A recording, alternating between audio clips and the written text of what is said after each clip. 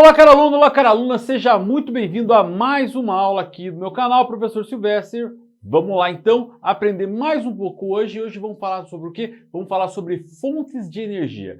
Bom, para a gente começar a entender o que são fontes de energia, é preciso entender que fontes de energia são recursos naturais ou tecnologias que são utilizadas para gerar energia. Afinal, quando a gente pensa em energia, a gente leva em consideração tudo aquilo que faz com que gere calor, movimento, tudo aquilo que acabe fazendo desenvolvimento de algo, um trabalho. Então, se a gente pensar, a gente vai ter a luz do sol, a gente vai ter o alimento que comemos, vamos ter o movimento das águas, vamos ter o movimento dos ventos, vamos ter combustíveis fósseis, o carbono, a queima desses elementos, tudo isso vai ser fonte de energia.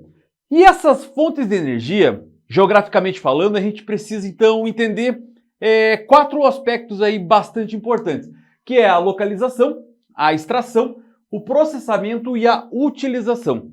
Esses fatores locacionais da questão das fontes de energia se referem principalmente ao uso que determinado país ou região faz sobre determinada fonte de energia. Então, por exemplo, a localização vai ser importante no sentido de que o Brasil, por exemplo, tem uma grande utilização de energia hidrelétrica. Isso diz respeito principalmente por quê? Porque no nosso país temos uma grande quantidade de rios próximos às áreas onde tem um grande consumo de energia elétrica, como é o caso da bacia do Rio Paraná, por exemplo, onde nós temos grandes áreas de concentração populacional, como é o caso de São Paulo, Rio de Janeiro, região do interior de São Paulo, norte do Paraná, capital paranaense, todas essas regiões ali na bacia do Rio Paraná, então é onde nós temos a maior quantidade de usinas hidrelétricas no Brasil. Agora, se a gente levar em consideração países como a Arábia Saudita, vai ter grande parte do seu consumo de energia através do petróleo, porque lá, obviamente, vamos ter a maior quantidade de extração e de produção de petróleo do planeta.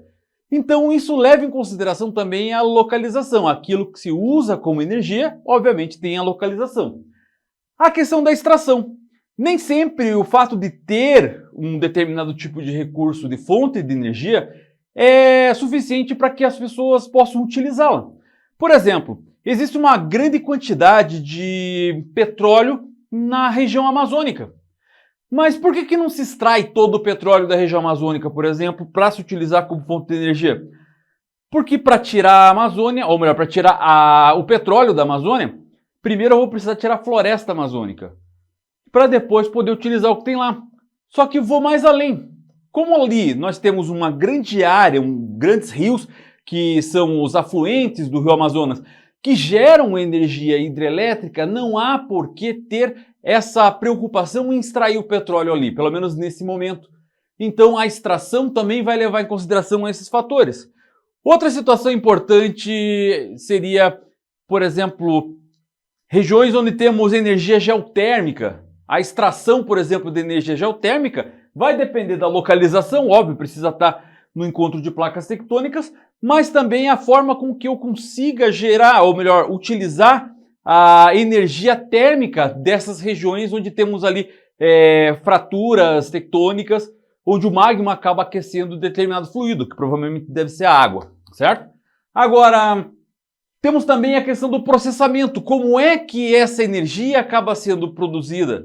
Então, determinadas formas de energia, por exemplo, o Brasil produz urânio. O Brasil tem reservas jazidas de urânio, por exemplo, mas o processamento, o processo, a geração da transformação do urânio em energia nuclear, por exemplo, ele não é tão favorável, não tão viável assim, porque demanda uma tecnologia, demanda a construção de recursos tecnológicos, de engenharia, que talvez não sejam importantes, não sejam aí interessantes para o nosso país, certo? Agora, se a gente levar em consideração a utilização, a forma com qual as pessoas acabam consumindo determinado recurso natural ou fonte de energia, também acaba sendo um fator para se utilizar aí essas fontes. Então, a maneira com que eu estou utilizando, a quantidade, a viabilidade da quantidade que se usa para produzir, tudo isso acaba interferindo também, certo? De modo geral, agora falando um pouquinho sobre as principais fontes de energia, nós temos dois tipos, que são as fontes renováveis e as fontes não renováveis de energia. Trocando em miúdos bem simples, o que significa cada uma delas? Quando eu falo de fonte renovável, significa que a natureza tem capacidade de renovar determinado recurso natural que eu estou utilizando como energia. É o caso da biomassa, é o caso da energia hidrelétrica, solar, da eólica, da geotérmica, da maremotriz, que a natureza ela trata de recompor isso. A gente vai ter constantemente esse recurso natural para ser utilizado como fonte de energia. Agora, quando eu falo de fontes não renováveis, não necessariamente é que elas não se renovam, mas é que elas se renovam num tempo muito largo, muito longo, a ponto de que a humanidade não acompanha com a sua própria vida. Então eu estou falando, por exemplo, de petróleo, carvão, gás natural, que ele vai levar em consideração aí fatores, tempos geológicos para poder se recompor na natureza. Então, se a gente pensar do ponto de vista da humanidade, esse tipo de recurso ele não é renovável, perfeito? Vamos lá então, quais são as fontes renováveis? Vamos lá as principais, a energia hidrelétrica. A energia hidrelétrica é aquela energia com a qual cria-se represas e o movimento dos rios acabam fazendo com que a água passe em turbinas e essas turbinas gerem ali a eletricidade. O Brasil, por exemplo, grande parte da matriz elétrica brasileira é vinda justamente das hidrelétricas, perfeito? Agora, existem vantagens para se utilizar a energia hidrelétrica. Por exemplo, o custo baixo para gerar energia, a questão da represa que é construída pode ter alguma função de lazer, de transporte, enfim. Mas ele também tem bastante desvantagens, apesar de ser uma energia limpa. Porque ele vai ter um custo muito elevado para construir a usina, para gerar essa represa. Ele vai demandar uma área enorme que, consequentemente, vai gerar desmatamento, vai gerar inundação. Consequentemente, vai ter aí morte de biomas e transferência de pessoas de lugares tradicionais, por exemplo. Isso são problemas causados pela formação, para a geração da energia hidrelétrica, ok? A energia solar. A energia solar é aquela que, através de placas fotovoltaicas, utiliza a luz do sol, que ao chegar nessa placa, ele cria uma reação química que converte isso em energia elétrica. Dessa maneira, então, é uma fonte bastante importante, porque ele demanda o sol, e o sol é uma fonte aí inesgotável de energia, mas é claro que existem algumas vantagens e desvantagens também. Como é o caso, por exemplo, do custo elevado para produzir esses painéis, essas células fotovoltaicas, por exemplo, e a questão da dependência das condições meteorológicas. Por exemplo, na região sul do Brasil, a gente não consegue gerar tanta energia solar assim, por exemplo, como a gente vai gerar energia solar no Nordeste, onde temos uma incidência maior de raios solares, onde na região, por exemplo, da Caatinga, do sertão nordestino, pouco tem de nebulosidade, então a quantidade de energia que gera ali acaba sendo bastante importante, perfeito? Agora, nós temos também aí o fator de ocupar muito espaço. Essas placas fotovoltaicas, elas acabam indo sendo instaladas em lugares em que poderia ser utilizado de outra maneira, através de uma plantação, enfim, então ocupa bastante espaço e também é uma desvantagem. Agora, de vantagem seria uma construção rápida, ela poderia ter uma manutenção barata, esporádica, e ela não emite gás de efeito estufa. Então a energia solar ele tem essas vantagens também, mas aí tudo depende da forma com que essas energias vão ser utilizadas, perfeito? Vamos falar de biomassa. Biomassa é o que, pessoal? É aquele tipo de corpo com o qual pode ser convertido em combustão e geração de energia térmica. Então a gente vai falar de lenha, vai falar de bagaço de cana, de outros cereais, ou, por exemplo, a glicose que se transforma em álcool e vai, consequentemente, se transformar em combustível, ou, por exemplo, oleaginosas que vão, através do seu óleo, ser convertido em biodiesel, ou mesmo, até mesmo, matéria já em decomposição que acaba fazendo um processo de biodigestão e, consequentemente, transforma-se em gás metano. Tudo isso são formas de utilização da massa, do carbono, através da combustão e transformação de energia térmica. E isso acaba sendo bastante importante também, porque ela vai ter custo baixo, ela vai ter aí uma tecnologia acessível para gerar esse tipo de coisa, mas também grande parte dessa conversão da energia, ela vai liberar bastante carbono na atmosfera, vai gerar, por exemplo, aí um desmatamento e questões sociais também. Quando eu penso em uma grande lavoura de cana, vou incentivar o processo dos latifúndios também dentro das áreas produtivas nos países. Logo, então, a gente tem aí também, dentro da biomassa, as vantagens e as desvantagens. Aí a gente tem a energia eólica, a energia que acaba sendo transformada, aí energia elétrica principalmente, através dos ventos. Então, dentro dos ventos, a gente vai passar por cataventos que vai gerar energia elétrica. Ele não emite gás de efeito estufa, a agropecuária pode ser praticado ali embaixo desses grandes cataventos, mas o custo para se produzir também é grande, depende de condições meteorológicas. Mais uma vez, o Nordeste do Brasil acaba sendo um lugar importante, pois os ventos alísios de Nordeste e do Sudeste acabam dando mais condição para isso. É importante levar em consideração que esses cataventos causam também geração de poluição sonora. Então, o barulho em que os ventos fazem ao girar essas pás pode afugentar diversos tipos de animais e biomas podem ser aí estragados nessa região, ok? Energia geotérmica, então é energia do qual as regiões aí próximas de rifts ou de encontros de placas tectônicas acabam tendo contato com o calor do magma no interior da Terra e utiliza-se então para gerar energia térmica e, consequentemente, gerar vapor e gerar movimento de turbinas para a formação de energia elétrica. Então, países como a Islândia, como a Noruega, países como na Escócia, no norte da Escócia, se utiliza a energia geotérmica para aquecer caldeiras e, consequentemente, gerar aí movimento através do vapor e, consequentemente, energia elétrica, ok? E aí a gente tem a energia maremotriz. Qual que é a ideia da energia maremotriz?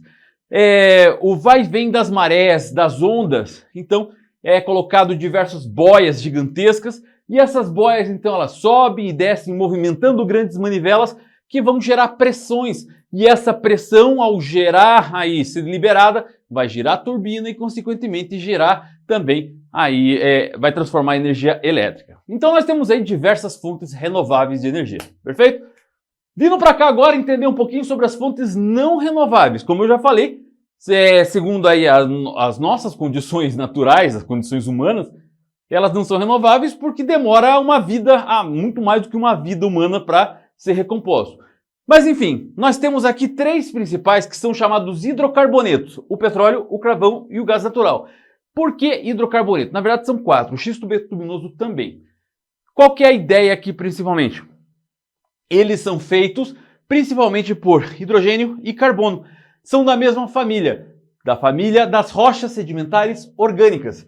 Então, o carvão, que é o mais velho deles, é aquele que acaba sendo aí a energia mais barata para ser produzida, porque é só tirar a rocha de carvão mineral, tacar fogo, ela já está gerando energia. E ela foi extremamente importante para gerar o desenvolvimento da Revolução Industrial, lá no século XVIII, por exemplo, foi feita através do carvão. Já o carvão por si só, ele tem uma desvantagem que ele é altamente poluidor. Apesar de ser a energia mais barata de ser utilizada, ele é o que mais polui também, devido à sua quantidade de formação de carbono e de hidrocarbonetos na sua composição. O carvão, então, ele é grande parte aí da utilização da matriz energética mundial. Quase 40% de toda a energia do mundo é gerada através do carvão, ok? Agora, nós temos também o petróleo. O petróleo seria a versão líquida do carvão. Ele é feito através de rochas sedimentares de origem orgânica e esse petróleo, então, por ser líquido, ele acaba sendo refinado e transformado em combustíveis, polímeros plásticos, lubrificantes, asfaltos, que acabam sendo utilizados, sendo absorvidos não só pela geração de energia, principalmente automotiva, de transporte, industrial, mas também como matérias-primas para a produção aí de industrializados, ok? O petróleo, então, hoje ele é a principal fonte de energia do mundo, ele corresponde por cerca de 1/3 da matriz energética mundial e também corresponde por grandes problemas geopolíticos que existem no mundo, grande parte dos problemas relacionados com o Oriente Médio, principalmente, além da questão etnia, da questão cultura, religião, o recurso natural petróleo ele é muito preponderante nos conflitos que acabam acontecendo na região do Oriente Médio e também na região da Ásia Setentrional, da Ásia Central, ok? Aí a gente chega no gás natural, que se aqui nós temos o hidrocarboneto no estado sólido, aqui o petróleo no estado líquido, o gás natural, como o próprio nome diz, é a parte gasosa. Nessa condição, o que acaba acontecendo? Toda a forma de produção, toda a geração de energia, ela pega grande parte desses gases que, com o tempo, com a formação geológica, ali que transforma a matéria orgânica em hidrocarboneto ao longo de milhares e milhões de anos, ele também forma esses gases, como o metano, por exemplo, que acaba se formando ali no interior da Terra e é utilizado para a geração, por exemplo, de produção industrial, queima do gás natural em caldeiras. Hoje em dia nós temos os carros movidos a GNV, o gás natural veicular, e também, principalmente em países frios da Europa ou da Ásia, é utilizado também como calefação nas casas. Então o gás natural encanado acaba fazendo aí o aquecimento das casas pelo fato de ser muito frio nesses lugares, ok?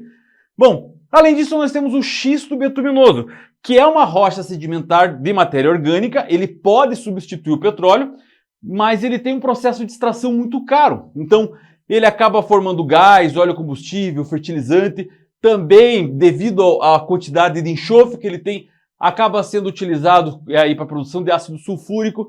Então, além da questão da formação da energia, a gente tem ainda outras formas de utilizar o xisto. E por fim, nós vamos ter a energia nuclear, que basicamente é a utilização do urânio ou do césio, do plutônio, por exemplo, e a geração da divisão de átomos, a fissão nuclear num reator acaba gerando uma liberação de energia muito grande e, consequentemente, aquece essa água, que vai gerar pressão, que vai gerar turbina e transformar isso em energia elétrica. Eles acabam utilizando, obviamente, elementos radioativos por causa dessa liberação violenta de energia. Então, uma pequena pastilha libera uma grande quantidade de energia, certo? Ele não precisa tanto espaço assim para ser instalado, uma usina nuclear, mas demanda muita tecnologia, demanda muita preocupação com a meia-vida, o restolho aí desse material que pode gerar poluição, contaminação radioativa e gerar problemas aí para seres vivos, ok? Então, nós temos aí diversas condições, diversos fatores que acabam sendo importantes para a utilização das fontes renováveis e das fontes não renováveis. Basicamente é isso. Nós temos aqui um pouco sobre fontes de energia, as fontes renováveis e as fontes não renováveis, e eu espero que você tenha aprendido um pouco mais nessa aula. Essa é a aula sobre fontes de energia. Muito obrigado, meu nome é Silvestre, então já se inscreve no canal, já entra aí, dá um clique, já clica em gostei, convida todo mundo para assistir essa aula, já marca a galera no WhatsApp, no Instagram e tal, porque gostou dessa aula, beleza? Muito obrigado por ter assistido essa aula até aqui, tchau!